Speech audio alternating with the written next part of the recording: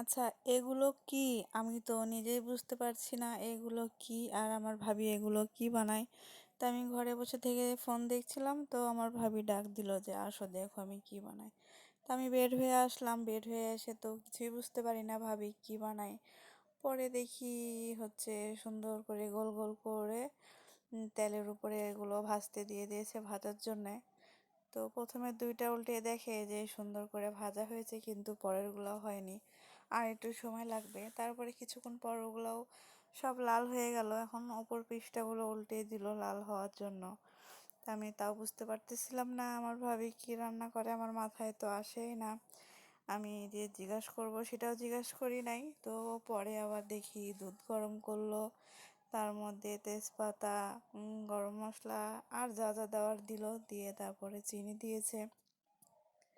দেওয়ার পর এখন দুধের তো সুন্দর করে বলক উঠে গেছে। এখন আমি দাঁড়িয়ে থেকে কি করব, চামচ দিয়ে একটু নেড়ে দিলাম যে দেখি কেমন হয়েছে। তো তারপরে আমি চামচ দিয়ে এরকম করে তুলি আর নামাই, তুলি আর নামাই, এরকম করতে অনেক ভালো লাগে। কিন্তু বুঝতে পারতেছিলাম না যে ভাবি কি রান্না করছে।